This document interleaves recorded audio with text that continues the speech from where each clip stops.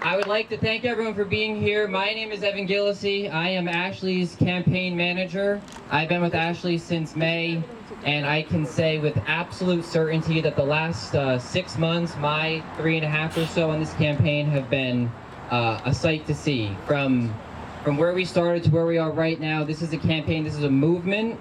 People in this state are sick and tired of what we're seeing, and we're ready for some change in November. Yes.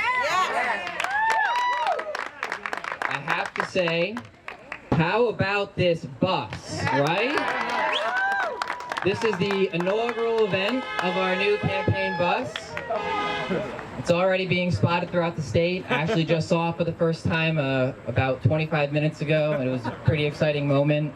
I have to start off with just a few announcements. Announcement number one, the most important thing that anyone will probably say today, this Tuesday, September 13th, is the primary.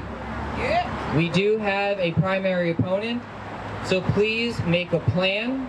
Go out and vote. Tell your friends, tell your family. Please vote in the Tuesday, September 13th primary for Ashley Kalus. Secondly, I need to make a plea for some volunteers. If you are here and would like to get involved in the campaign as we enter this third phase, this final stretch, it's going to be a sprint these next 8 weeks. We definitely could use as many people as possible on the ground, knocking doors, making phone calls, helping with our advance team. There is a slew of ways to get involved. If you'd like to help, talk to me, if anyone here is, where's the Ashley Kalus team? Wave your hand, talk to a staff member, get involved. We can make that happen. And one fun little note, at some point before everyone takes off, would love if you could sign our sign. We're going to hang that up in headquarters as our first big campaign rally with the bus. So feel free to throw your signature on that. And maybe if you're pretty cool one day, we can sell it on eBay or something. So with that being said, that's a little bit of the announcements. At this time, I would like to bring out two incredible people. I won't talk too much about Ashley. Everyone knows that I'm one of her biggest fans, so I will let our campaign chairwoman do that. And on that note, I'd like to announce today that Senate Minority Leader Jessica de la Cruz has joined the campaign as campaign chairwoman. Everyone here.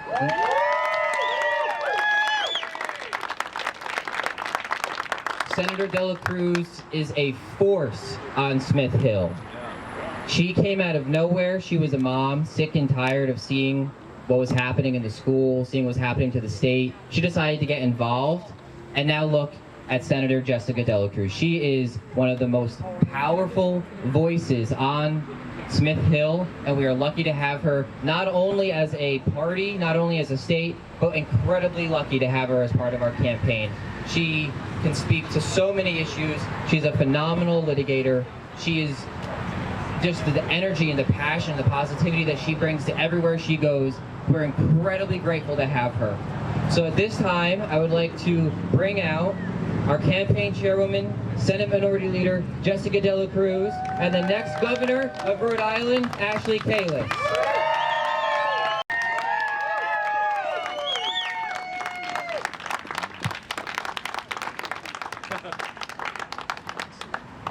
Ashley, I love your outfit.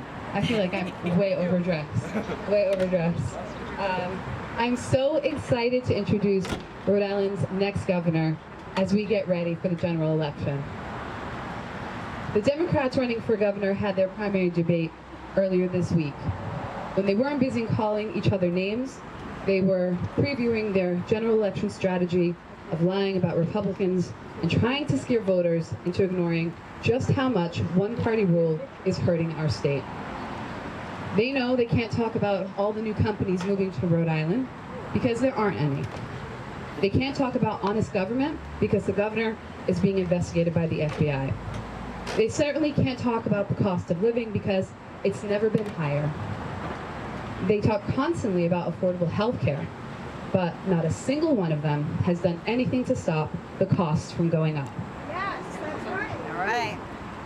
The negative consequences of one-party rule in Rhode Island or in Washington have never been clearer.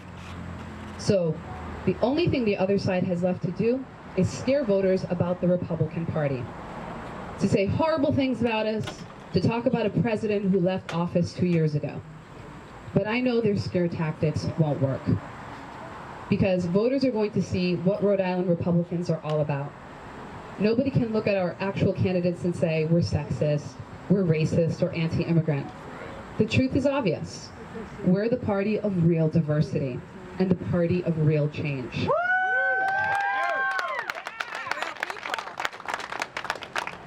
I know the truth about the Republicans because I am one of them. I'm a child of immigrants who didn't speak English, a working mom of 3 beautiful children, and a legislator who's worked across the party lines to solve big problems like keeping Zambarano Hospital open for the patients and families who have nowhere else to go for long-term care. Ashley Kalus represents the values of our party better than anybody.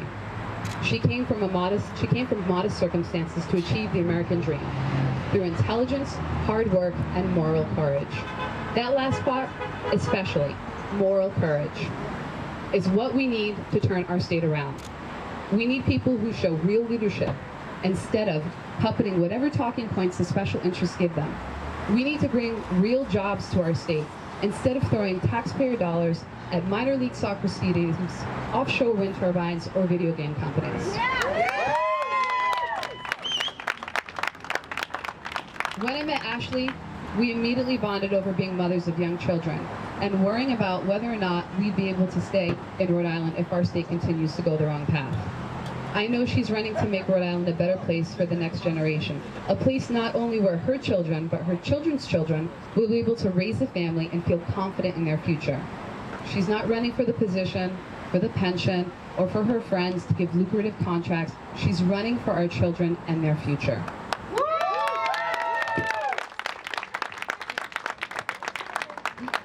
This election is going to be expensive, and it's certainly going to be negative, but it's also going to be very simple. If you like the way things are going, keep voting in the same old leaders from the same old party. But if you want change, vote for Ashley, a governor who will work with us and not treat us like the enemy. And that's why we're going to win in November, because lies and scare tactics cannot hide the fundamental truth that our state is going in the wrong direction. And this is the team to get Rhode Island back on the right track. So whenever your friends or family bring up the latest attack ad or misleading news article, just ask them this. Do you think our state is headed in the wrong direction? Do you think it's time for new leadership? Yes. Definitely. Because that's what this election is all about. And that's why I know Ashley Kalus will be the next governor of Rhode Island. Yeah.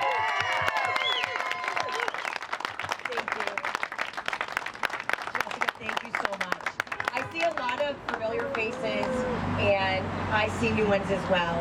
And I'm so humbled. Whenever I stand here, I never plan to go into politics. I plan to live a quiet life with my family, and finally with my children, be able to be home and be there a little bit more. And when going into this, I spoke to my sons and tried to prepare them for what was going to happen.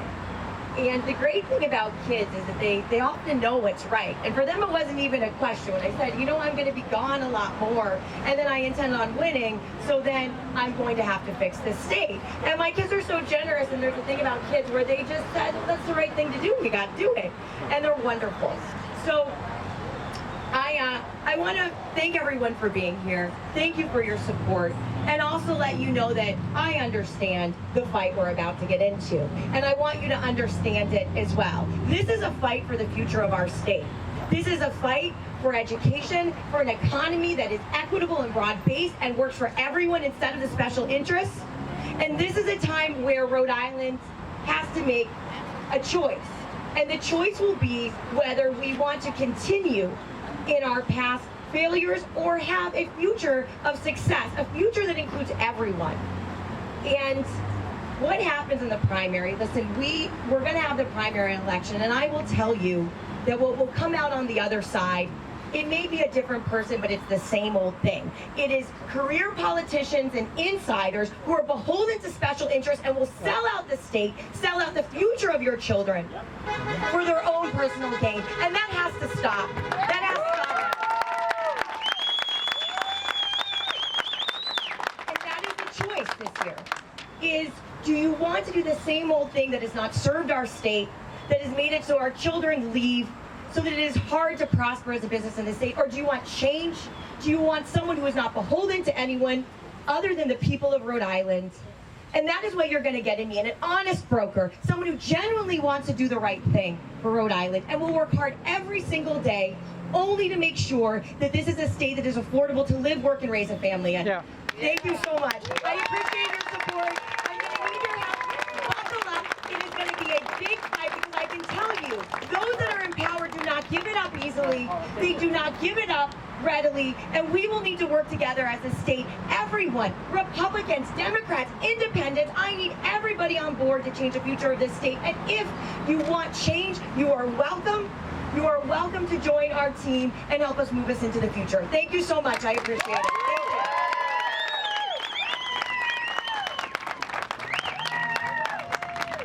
Welcome to Ray-ality TV. I'm Raymond Bakari. Today I'm joined with Senate Minority Leader Jessica De La Cruz from Senate District 23. She is here. She made an announcement that she is now the campaign chairwoman for Ashley Kalus' gubernatorial campaign. Right behind us is Ashley Kalus for Governor Buss.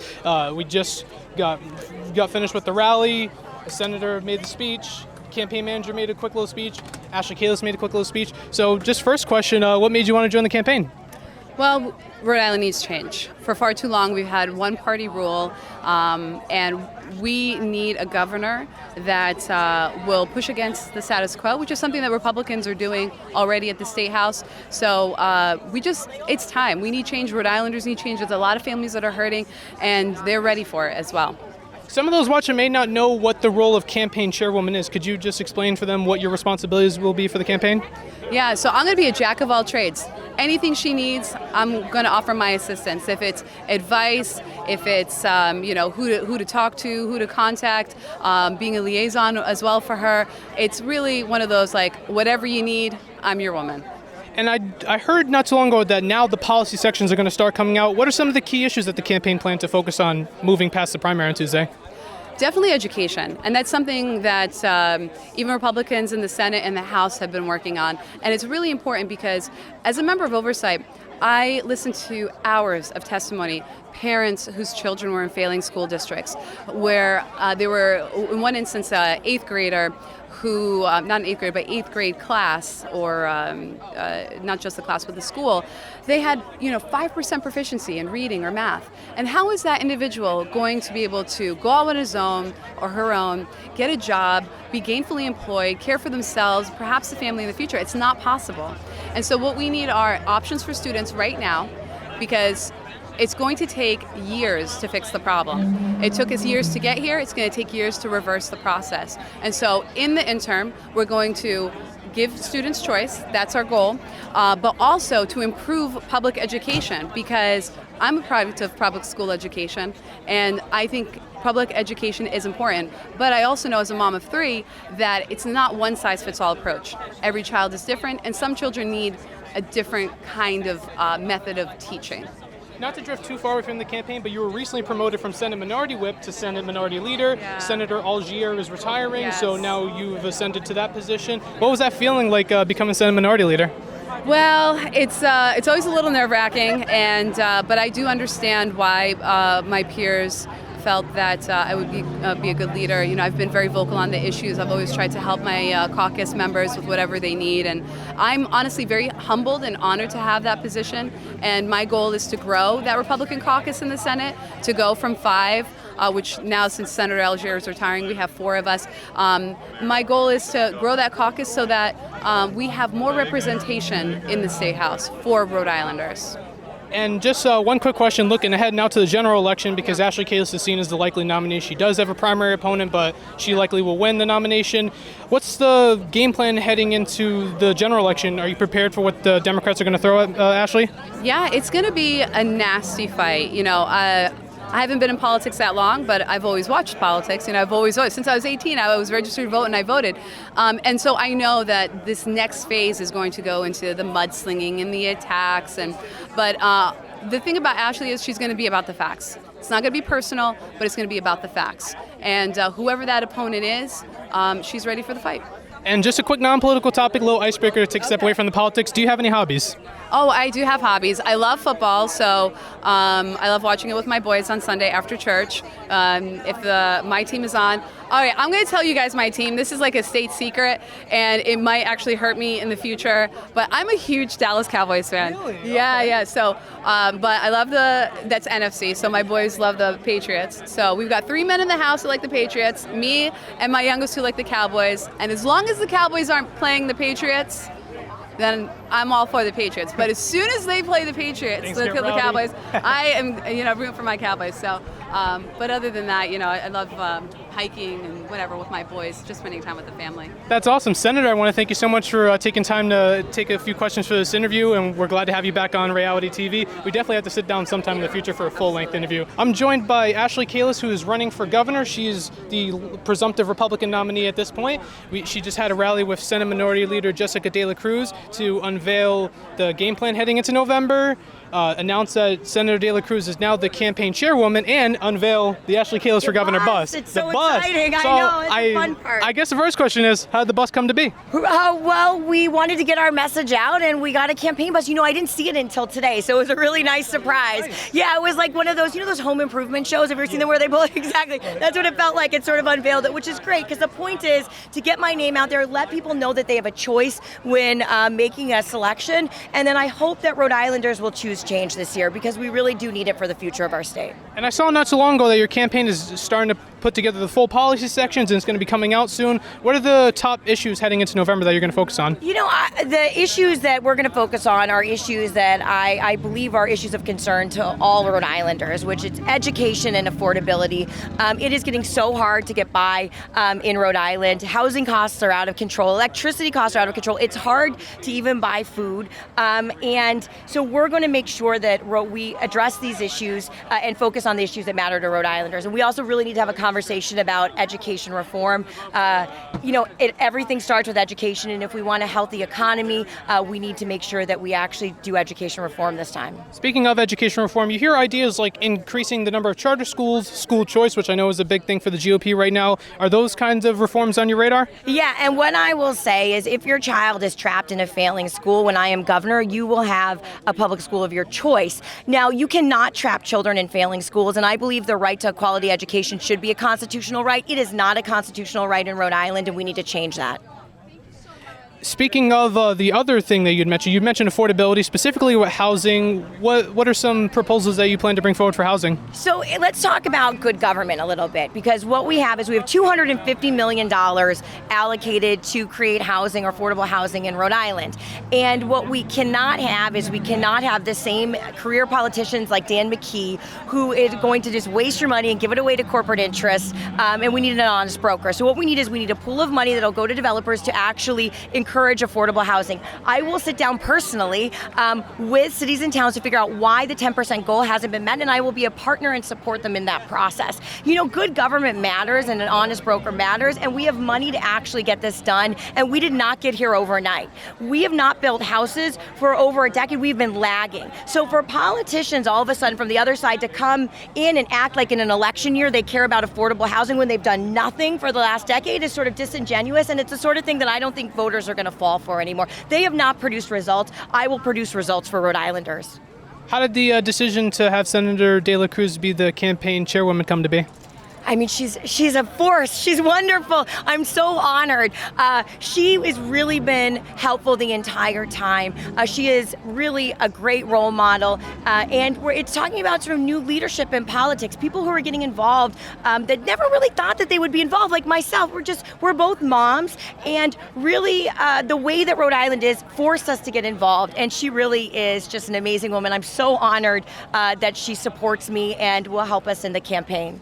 Are you ready for the potential attacks that your general election opponent are going to throw at you? Are you ready? I'm ready. I'm ready. Yeah, I'm ready. Listen, this is going to be a fight. People in power do not give up power very easily. So the only way that they're going to be able to do it is by lying about me, by running a campaign based on fear, which is not what it should be. Is that we really have a great state, we have great potential, and so we need change. They are the reason, the Democrat Party is the reason that we have not moved forward, and we need a change agent, somebody that's different. So I'm ready for the fight. I expect it. They're not going to give up power easily, but Rhode Island needs a different path, and I'm going to be that for Rhode Island. And Rhode Island typically is seen as a blue state. We have a lot of voters that lean Democratic, even though a majority of the voters are registered unaffiliated. So likely they may throw out the issues like abortion, gun control. They may try to bring President Trump up.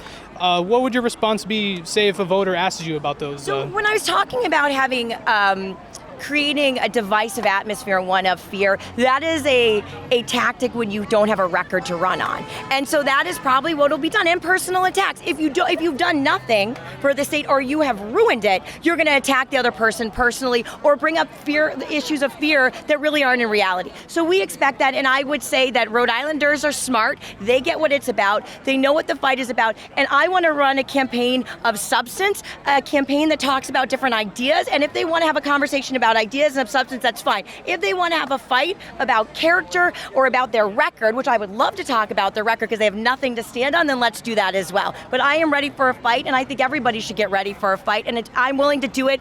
Everybody should be willing to do it because this is about the future of our state. My final question takes a little step away from the politics. Do you have any hobbies?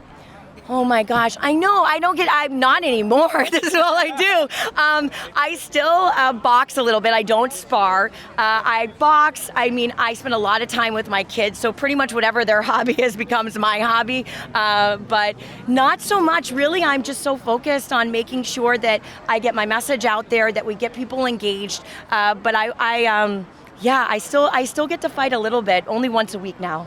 That's awesome. Well, Ms. Kalus, I want to thank you so much for giving me your time for this interview. Today I'm joined with Ivan Montanez, who is running for state representative in House District 13 in Rhode Island. It covers parts of Johnston and parts of Providence. It's actually neighboring to House District 9, my district. So I may see you out on the campaign trail as you're walking on doors. Maybe if I'm driving by, I may see you. But just so people could understand why you're running and who you are, tell them a little bit about yourself and why you're running.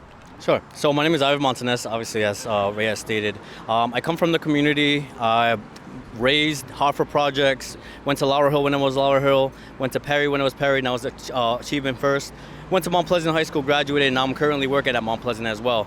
I'm a homegrown from the community. I don't like what's been going on, inflation, what's going on with our school system, and I want to stand up for my community. You know, like I said, I hate the way things are going in my community, and I want to be able to bring my community back up, especially coming from the community. So, are inflation and education up there on the top issues you're hearing from residents at the doors? Yes, a lot of people are struggling, especially with bills. One of the concerns is also the rise in electric bill coming this winter. They're saying, how am I going to afford? If I can barely afford to provide for my family now, what is this winter going to look like? So that's something that I'm getting back from the community is inflation, gas, schooling, safety, community safety, school safety. We have a lot of safety issues in our schools as well. Those are some of the topics that I'm also running for. And you are running against an incumbent in what could be seen as a fairly Democratic district. Rep. Perez has been there for some time. He was there, then lost, then won his seat back again. He won convincingly against Mario Mendez. What's the strategy? Are you going to go for a mail ballot operation? What's the strategy? So I'm not a known politician as the incumbent is. My strategy is getting my message one-on-one, getting to meet the people. A lot of people, what I'm finding is that a lot of people don't even know who the state representative is. I'm saying, hey, I'm running against Ramon Perez, and they're like, who's that? And I'm like, there's signs all over the place over here. So it's like, obviously he's not doing something that he's not connecting with the voters and with the community. So my strategy is getting my name out there, speaking one-on-one to the community, finding out what exactly they need, and working on accomplishing those needs that the community has. In the primary in Providence this Tuesday for the mayoral election, you live in the Providence part of the district, correct? Yes. Yep. Do you have a preference out of those three Democrats who you'd like to see for mayor? I I don't really have a preference, but I am familiar with Nerva. We actually went to school together. We went to Mount Pleasant, Kilty alumni. So I know her on a personal level. There are obviously a lot of points where we don't agree on, but I don't want to, I'm not going to be that politician that tries to focus on the stuff that divides us and separate us. I want us to find common ground on things that we actually agree on and then build on that. I feel like politicians nowadays focus too much on what divides us and what separates us, rather than focusing on the common goals that we actually have that we can work together on. Currently in the General Assembly, for those watching, a state rep or senator could get elected continuously until they just choose not to or get beat and decide not to run again the next year. So there's no term limits. How do you feel about term limits for members of the GA? I'm a big supporter of term limits. Something that I'm also talking to my voters about is if I do get elected, all I'm asking for is 2 terms, which I feel like it should just be 2 terms for everybody. We should always leave the door open for somebody else in the community to come on and work and basically build on the platform that the previous elected official left behind. I feel like once you have politicians that continuously run and stay there, that's when a lot of the corruption happens. You start making friends, you start owing people stuff, and it just becomes ugly. So I'm a big supporter of term limits. When I do win, I'm asking for 2 terms. And then I should leave the door open for somebody else in the community member. One of my brothers and sisters in the community, I feel would step up and continue doing a good job. And I'll just keep this brief. So I just have one more question. It's a non-political topic because we'll definitely have you on for a full-length interview to talk about specific policies and all that after the primary, because you are running as an independent, so you have more time until the November election. Do you have any hobbies? Yes, I love working out. I'm a big health person. I love going on runs. I love exercising. I love playing sports, wrestling, baseball, video games on my free time. I haven't been able to do that recently. I've been walking every single day and going to meetings, so yeah. Do you play 2K? 2K? No.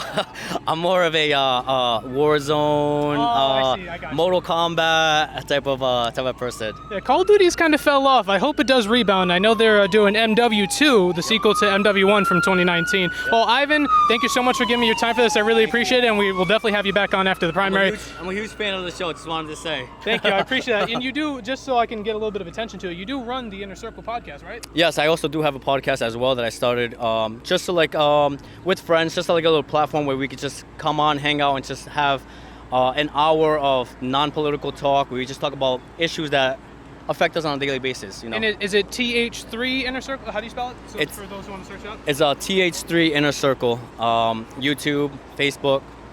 Thank you so much for your time, Ivan. We look forward to having you back on. Today I'm joined by Alex Rando, who is running for state representative in House District 45. Yes, sir. House District 45, and what parts are in that district?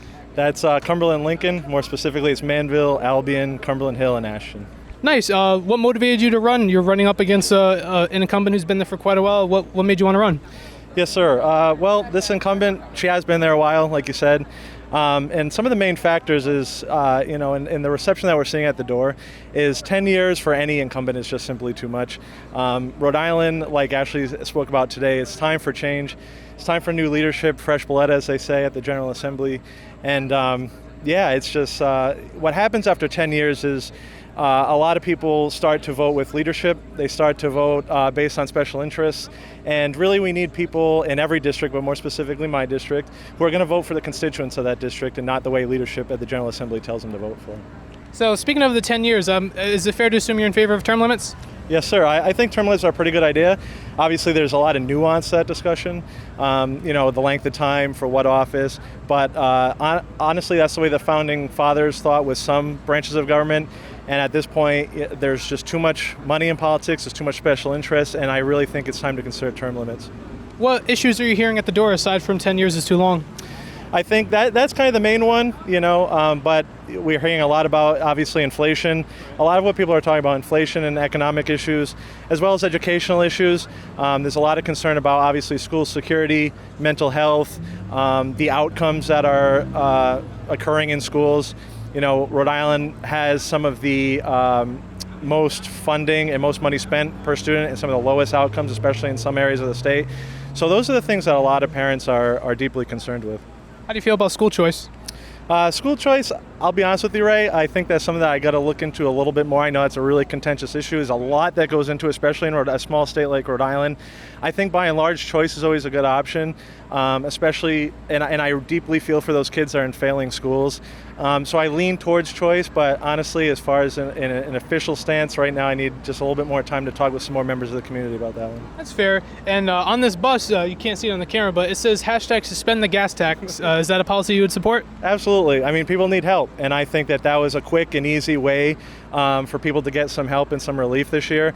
And the fact that the General Assembly didn't do that, and a lot of people voted against it, is really upsetting. To say that you're going to help people and then to turn around and not vote for something that was that easy, that a lot of other states in New England did, is something that I think everybody should be concerned about. And then a lot of people at the General Assembly are going around touting the fact that they eliminated the car tax.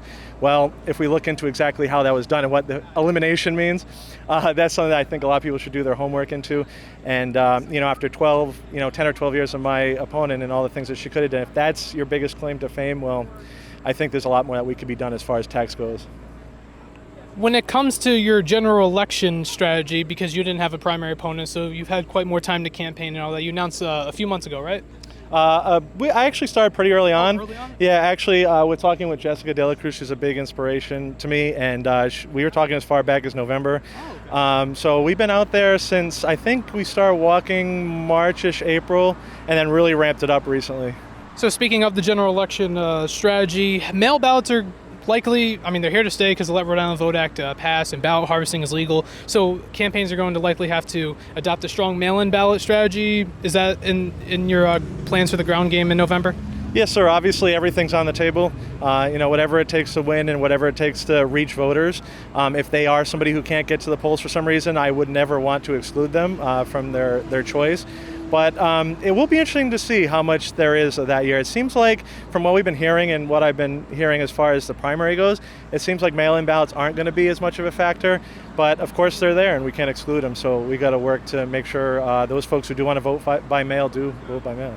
My final question takes a step away from the politics. Do you have any hobbies? I do. I have quite a few. Camping, I really like to camp.